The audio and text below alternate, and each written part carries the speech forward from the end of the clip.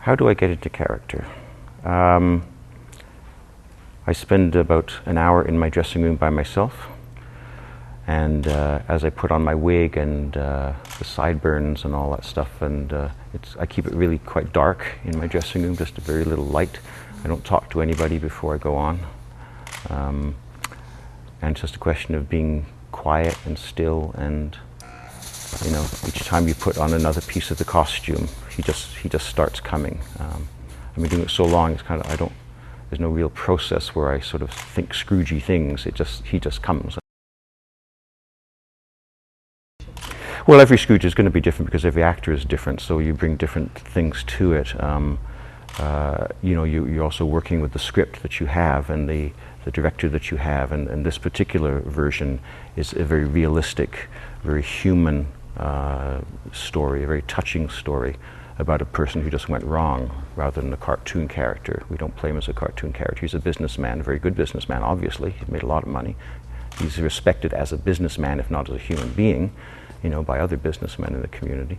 It's a very true Victorian story, which is true to the novel as I've been involved with before, this particular version. In this version, there's a couple. There's the part where he realizes that it's a difficult scene because he's going to transition when he finally realizes that he can change himself and he can change his life, and he goes from being the grumpy old Scrooge to happy child, just finally realizing that the world is, he's not dead and he still can change, and it's a difficult scene. But it's the most rewarding because if you do it right, you feel the audience come right along with you, and you feel them change from, they don't hate me, but you know, it is Scrooge, and so we're allowed to think he's nasty, but to feel them come along with my happiness and my joy is, it's a tremendous scene. Yeah.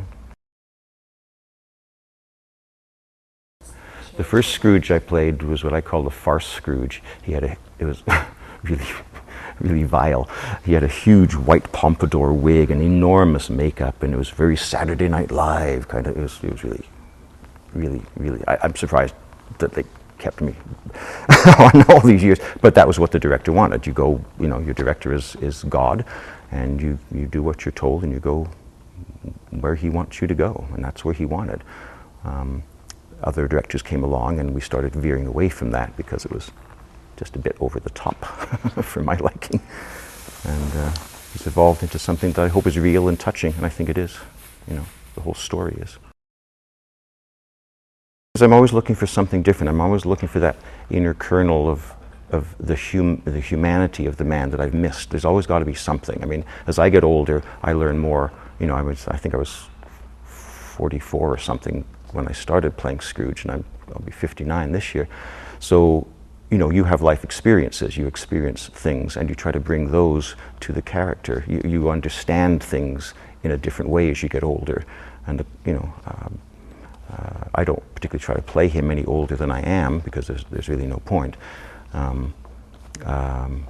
But I know more about life than I did 16 years ago. I've experienced deaths, I've experienced, you know, losses, just like as Scrooge did, and so on.